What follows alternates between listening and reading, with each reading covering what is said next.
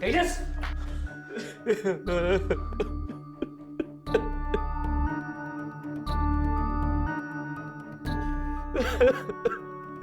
तेजस, तेजस,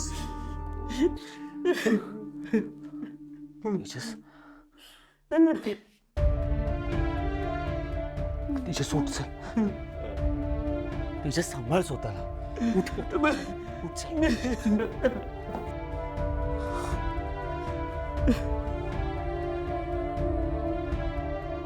तेजस, मी समजू शकतो तुझं दुःख. तुला वाईट वाटणं साहजिक आहे रे. पण तू तसं खचून गेलास तर फाल्गुनीकडे कोण बघणार?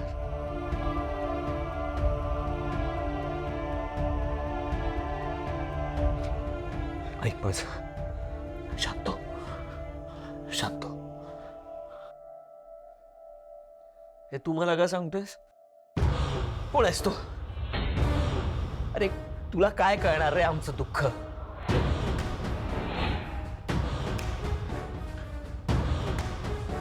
मी समजू शकतो. हे रे,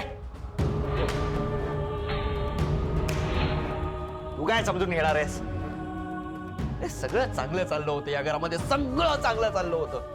पण ती रुपाली मात्र तुला मारणार होती ना, म्हणून बाबांनी या नेत्राला आणलं या घरात. आणि तेव्हापासून सगळी वाट लागली. तेव्हापासून हे घर घर राहिलंच नाही. युद्धभूमी झालं, युद्धभूमी. काय तर नेत्र आणि रुपाली मात्रेचं युद्ध.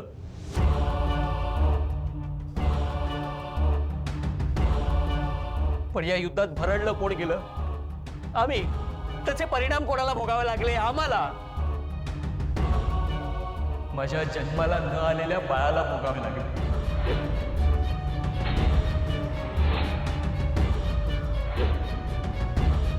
द्वैत रे, रुपाली म्हात्रेने माझ्या बाळाचा खून केलाय. आणि का माहितीये? कारण तिला हिला हरवायचं होतं. म्हणून माझ्या बाळात खून केलं.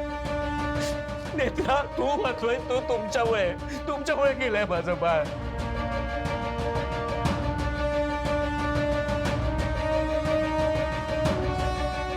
तेजस, बाबा प्रत्येक वेळी चूक हे करणार, शिक्षा आम्ही का भोगायची? तेजस, खरं तर तू म्हणतोस तसं आम्ही काहीच केलं नाहीये. पण तरी तुला वाटत असेल तर मी सॉरी म्हणतो. ए घाबरे, ही सॉरी बिरीची नाटकं माझ्यासमोर करायची नाहीत हा? तुला काय कळणार आहे रे? आपलं बाळ गेल्यावर काय वाटतं तुला काय कळणार आहे?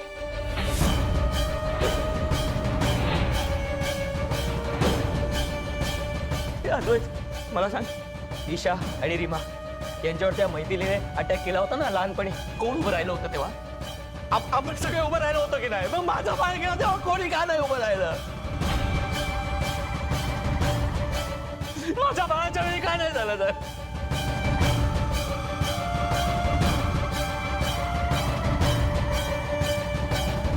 तुमच्या लक्षात येते ना?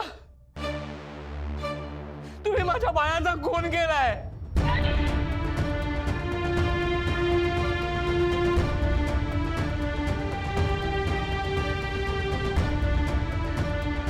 प्रत्येक वेळी स्वार्थी विचार. आणि कधीतरी दुसऱ्यांचा पण विचार करा ना. दुसऱ्यांचा विचार केला असता ना तर आज हे चित्रच उभं राहिलं नसतं.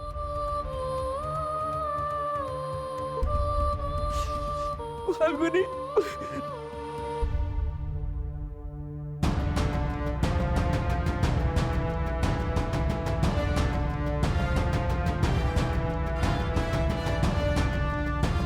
फाल्गुनीला आई व्हायचं होतं. बाळ हवं होतं आम्हाला. आमची स्वप्न होती अरे.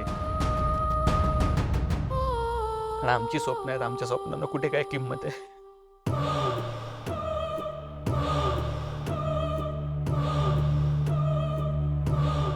तुमच्यामुळे गेले आमचं म्हणून.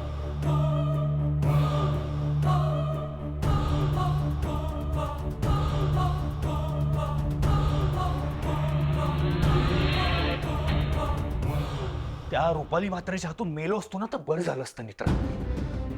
काय बोलताय? खरं बोलतोय मी. मरताना 2-3 सेकंद त्रास झाला असता. त्या रुपाली मात्रेला प्रॉपर्टी हवी होती, त्याची भूक मिटली असती. पण ऍटलिस्ट आज जे मला ऐकावं लागलं ना, ते ऐकावं नसतं लागलं मला. असं नका ना बोलू. सगळं संपलंय का नेत्रा? सगळं संपलंय. या घराचं सुख, समाधान, एकुपा सगळं संपलंय आणि ते फक्त एका तुझ्या चुकीमुळे. कधीच माफ नाही करू शकणार मी तुला. मी जाणार नव्हतो, पण काही दिवसांसाठी मी बाहेर जातोय. आपला एक प्रोजेक्ट तेजस हँडल करणार होता, पण त्यांना आता फाल्गुनीला वेळ द्यावा लागेल. सो मी जातोय तिकडे. तसंही घरापासून लांब राहिलो, कामात बिझी राहिलो तर सगळे विचार माझ्या डोक्यात येणार नाहीत. मी निघतोय आत्ताच. तुम्ही आता लगेच निघताय? नेत्रा, माझं ठरलंय आणि काही झालं तरी माझा निर्णय बदलणार नाही आता. असं नका ना करू. नेत्रा, प्लीज प्लीज मला अडवण्याचा प्रयत्न नको करूस.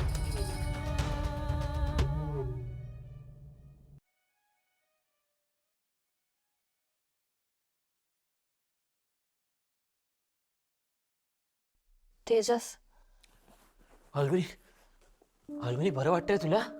हा ठीक आहे, पाणी पे. बरं वाटतंय ना तुला? ओके आहेस ना?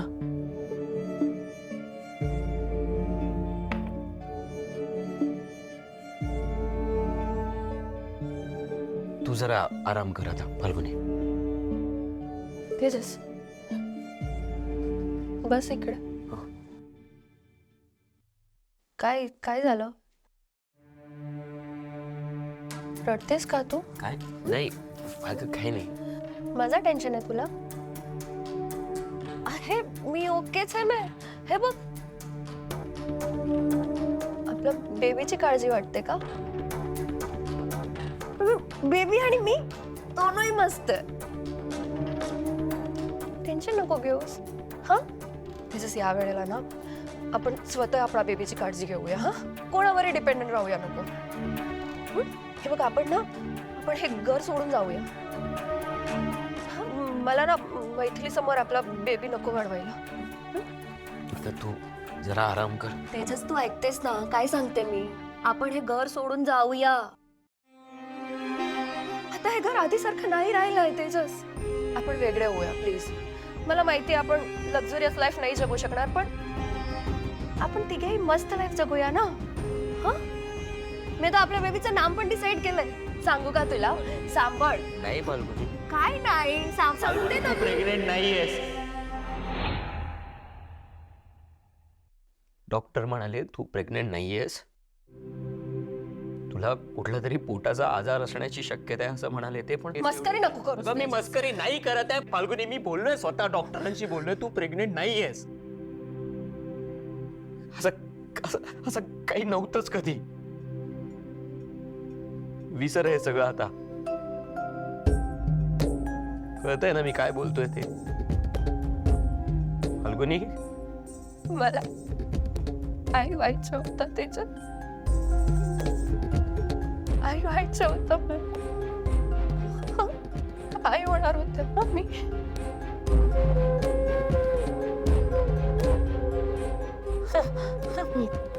तेजस, नेत्र आणि मैत्रीनं मला खाल्लं दिलं ना, पुन्हा तसंच झालं. आपण बाळ मारलं त्यांनी. ऐक, आपण बाळ मारलं त्यांनी. ते मला आई व्हायचं होतं. मला आई व्हायचं होतं ना. बाळ मारलं त्यांनी.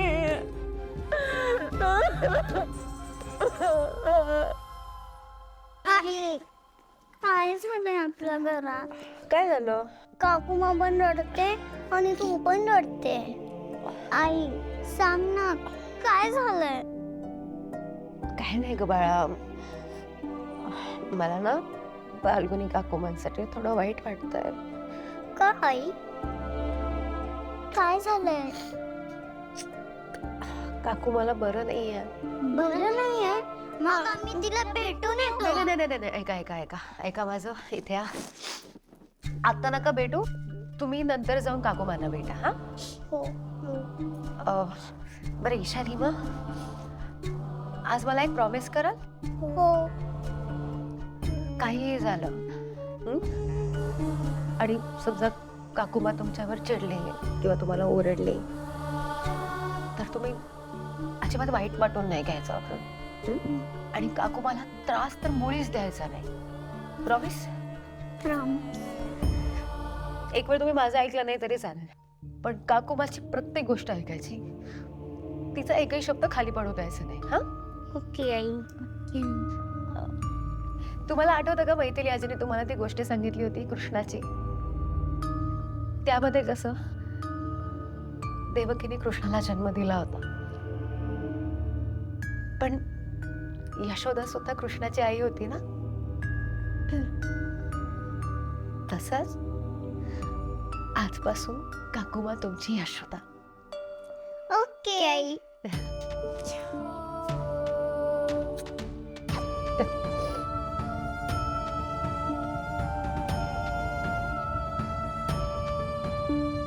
बाबा मी मिरजला जातोय. का? मिरज सिटी मधला आपला जो प्रोजेक्ट चालू आहे तिथं कोणीतरी असायला हवं. आता सिच्युएशन अशी की तेजस नाही जाऊ शकत आहे, मी जातो. अरे पण तिकडे कोणी जायची गरज नाहीये. बाबा पण कोणतरी असलं तरच काम नीट होईल. अथवा मला असं वाटतं की सध्या आपल्या घरामध्ये जी परिस्थिती आहे ना, या परिस्थितीमध्ये तू कुठेही जाऊ नकोस. ते जाणं योग्य ठरणार नाही. माझं ठरलंय बाबा, मी जातो.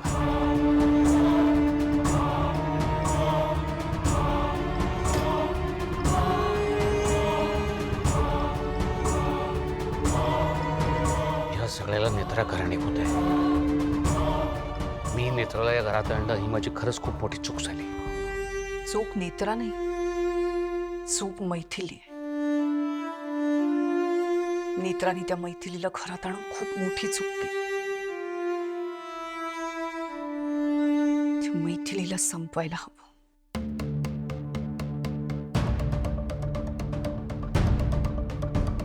नेत्राच्या म्हणण्याप्रमाणे जर ती मैथिली पुन्हा शतग्रीव होणार असेल तर आपण आत्ताच काहीतरी करायला हवं. कारण जर ती पुन्हा शतग्रीव झाली तर ती आपलं अख्खं कुटुंब संपवेल. त्यामुळे ती शतग्रीव होण्याआधीच तिला संपवायला हवं.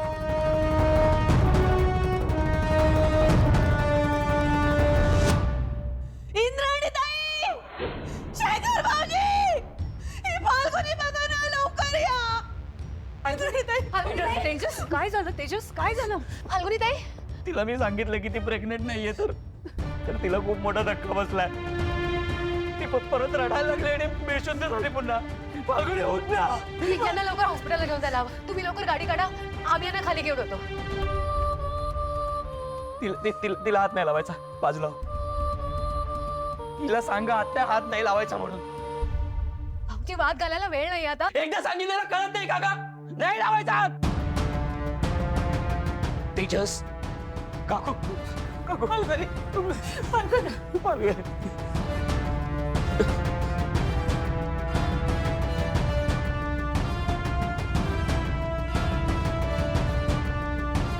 इंद्राणी तुम्ही घरीच थांबा. आजी काय झालं? काकू मला कुठे घेऊन चाललेत? आजी सांग ना, कुठे घेऊन चाललेत काकू मला? तिला ना बरं वाटत नाहीये, तिला डॉक्टरांकडे घेऊन जात आहेत. पण का? सांग ना, काय झालं?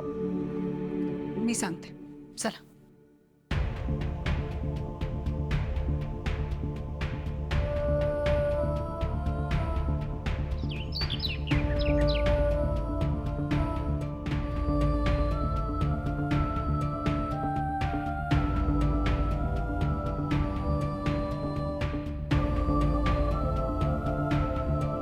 ईशा, कशाला उठलेस एवढ्या लवकर? जर झोप जर 7 पण नाही वाजले अजून. आजी पण मला झोपच नाही आलीये. असं कसं? येईल झोप, जा. आई पण नाही आली ना. बाबा पण कुठे आहेत? आई काकूमा बरोबर गेले ना डॉक्टरांकडे, आणि बाबा सुद्धा कामासाठी गेले. तुझं झोप जा. तुला भूक लागले का? मी काही खायला करू? नको. ताप आलाय. त्रास होतोय का? नाही. तुला ताप कसा आला? मी तुला ना मी चाटण करून देते, मग बरं वाटेल तुला. तेवढं चाटण करू. हे चाटण देते तुला, ते खा आणि झोप हा शांत, मग बरं वाटेल. पण असं कसं ताप आला तुला? माहिती नाही आजी. आता कुडूप होऊन जायचं, औषध घ्यायचं आणि कुडूप व्हायचं. घे. ईशा,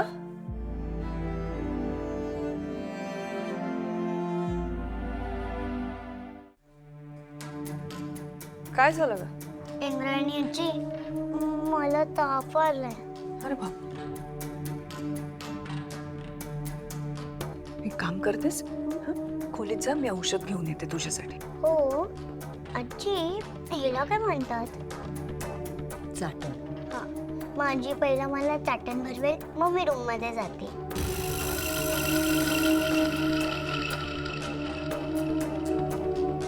आपण एक काम करूया का?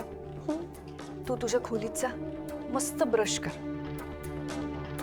मग आपण तुला छान छान कपडे घालूया. मग मी तुला एक गोष्ट सांगेन आणि मग औषध घ्यायचं आणि झोपून जायचं. चालेल? बरोबर असाच ब्रश करायचा. मी येईपर्यंत ब्रश करून घे. ओके, जा खोलीत जा. हळू. पळा.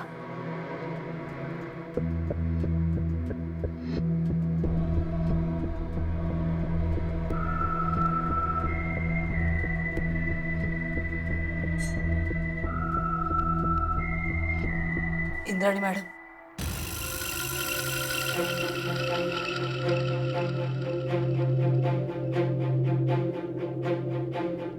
मैं समझ सकती हूँ तुम्हाला माझ्याबद्दल राग आहे, पण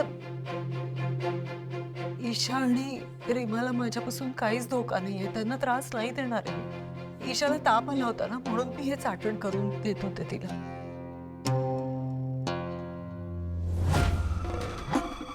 तुला खरंच घरातल्यांची काळजी वाटते ना? त्यांना त्रास झालेला बघवत नाही. खरंच नाही बघवत. मनाने चांगली असते. तुला सगळं कळतं, सगळ्यांची काळजी वाटते. पण मग हे घर सोडून का नाही जात? म्हणजे त्रास संपेल ना सगळ्यांचा. आणि आता तुलाही माहिती आहे, कधीतरी तो शतग्रीव तुझ्या शरीराचा ताबा घेईल आणि मग तू आमच्या जीवावर उठशील. मला नकार नकोय. शतग्रीवला तुझ्या शरीरात प्रवेश करू दे. तुझं आयुष्य सार्थकी लागेल. का त्रास देतेस सगळ्यांना?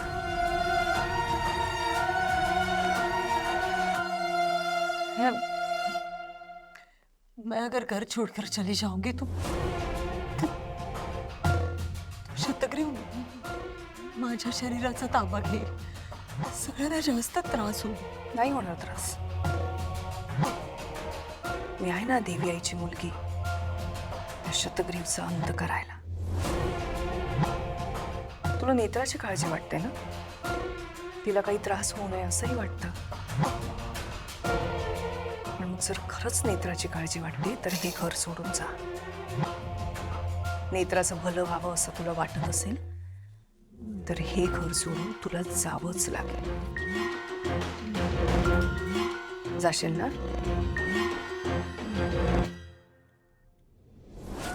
नेत्रा परत यांच्यात मी हे घर सोडून निघून जाते.